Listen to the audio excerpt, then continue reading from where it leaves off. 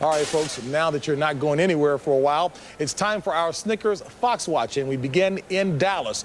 Boy, this week after losing 2 straight, reports had owner Jerry Jones thinking of firing head coach Barry Switzer. As you know, of course, that didn't happen. We'll discuss that a little later in the show, but obviously there are some problems in Big D.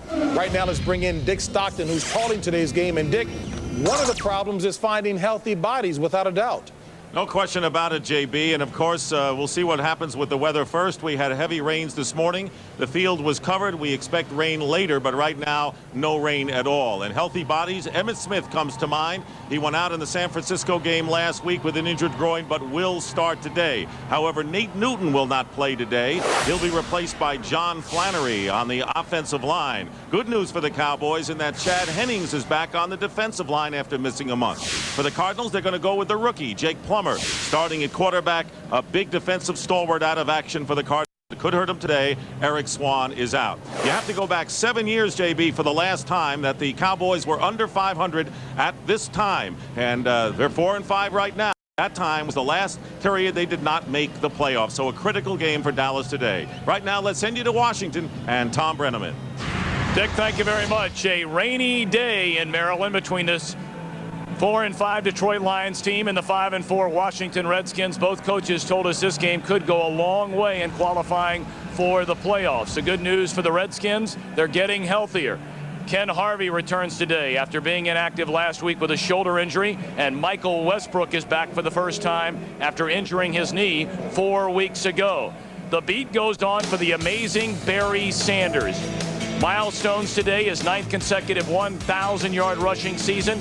He can become the 3rd all-time leading rusher in the history of the league, and he's going for his 8th consecutive 100-yard rushing road game. Bear in mind, Detroit, including 2 playoff losses, has dropped 17 in a row to the Redskins. Let's go to Joe Buck in Green Bay. All right, Tom, thank you very much. It's a cold winter day here at Lambeau Field as the Green Bay Packers get ready for the Rams. You know, you get the sense that the world champs are beginning to roll. Their defense has really picked it up over the past couple of weeks after that bye week.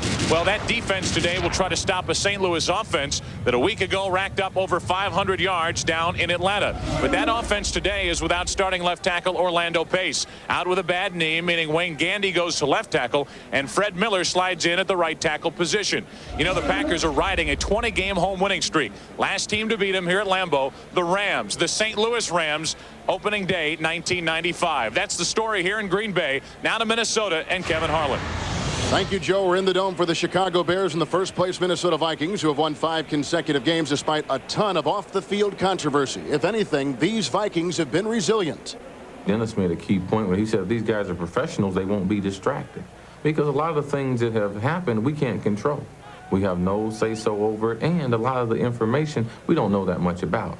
So as long as we keep it that way, and as long as we keep our objective as far as winning ball games and winning our division, then you won't be distracted. A win for the Vikings today, their best start since 1976, a Super Bowl year, yet the Chicago Bears have won 3 consecutive games here in the Dome. The Bears today without their 2 starting wide receivers because of injury.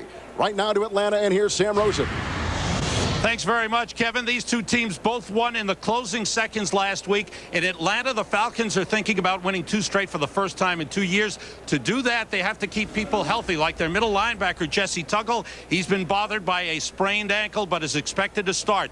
The Buccaneers want to make that strong playoff push, but they're worried about Warrick Dunn. He's been bothered by a pulled hamstring. That silica controversy is over. Last week, the Colts complained Brad Culpepper had silicone on his jersey and led to this bad. The NFL investigated, said nothing was wrong. Culpepper said about Senator Jay Lewinberg, I guess the old boy just had a bad snap. Hey, JB, did those guys sitting next to you ever have some illegal substances on their jerseys?